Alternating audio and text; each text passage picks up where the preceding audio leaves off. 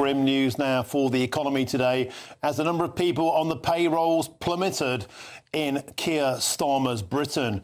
And also UK wage growth has also fallen back once again as official figures reveal deepening jobs woes in the retail and hospitality sectors. And is there also a chance of a further decline in the number of people on payrolls? So here's the question.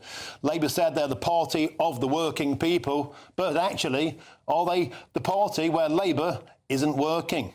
Well, let's now speak with the political commentator and the independent statistician, Jamie Jenkins. Jamie, welcome to the show. It's a pleasure to have your company as ever. The party of the working people seems to have significantly fewer people working today.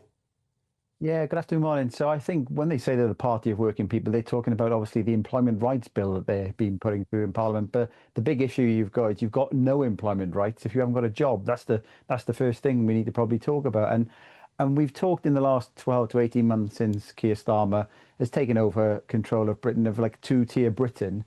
And we've got that two-tier labour market. So overall, since the election, Martin, we've lost around 217,000 payroll jobs. But if you take the private sector and the kind of the jobs that would predominantly be in the private sector, that's actually down around 300,000. And we've seen kind of an 80,000 increase in the public sector, predominantly in the health area. And what does that mean, though? When you lose 300,000 jobs in the private sector off the payroll, depends on the average wages those jobs are, but it could be, if they were kind of like minimum wage jobs, that would take about 1.5 billion out of the tax receipts that we've got. If they were higher, say, average wage jobs, it could be around 3.5 billion. So, between 1.5, 3 billion cost of, and why is this happening? You just got to keep going back to the jobs tax, Martin. We've talked about this before, and every single month, the figures come in. The chart on the screen, I think, for the viewers watching, shows that it's getting worse and worse and worse. 43,000 lost in the latest month alone. And is Rachel Reeves doing anything? No, with a recent budget, and she's just doubling down on more tax rises. I wonder if that's the pertinent question here. You knew about it. I knew about it. Everybody who works in hospitality that I spoke to knew about it. If you pump up national insurance, if you pump up minimum wages, if you pump up workers' rights, it looks great on paper. But in the real world, it means that employers are less likely to hire. That's precisely what happened. You don't have to be Sherlock Holmes to work that out. Now, if you can work that out, if I can work that out, why can't the Chancellor work that out? Yeah, and I think one of the other stories you're talking about, people who voted Brexit. I did vote for Brexit, or obviously I'm not educated enough to go through these figures, Martin. But yeah, and this is a story that cuts across the whole of Great Britain. It's a national tax policy.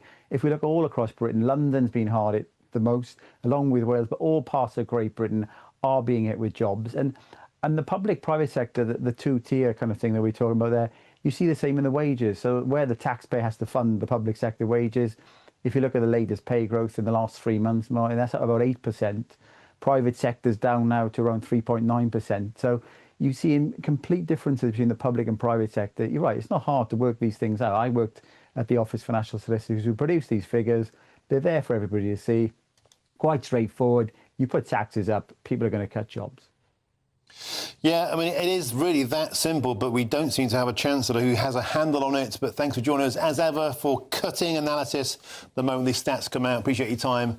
Political commentator and independent statistician. Stats of the Nation is your blog. It's well worth getting on to. Jamie Jenkins.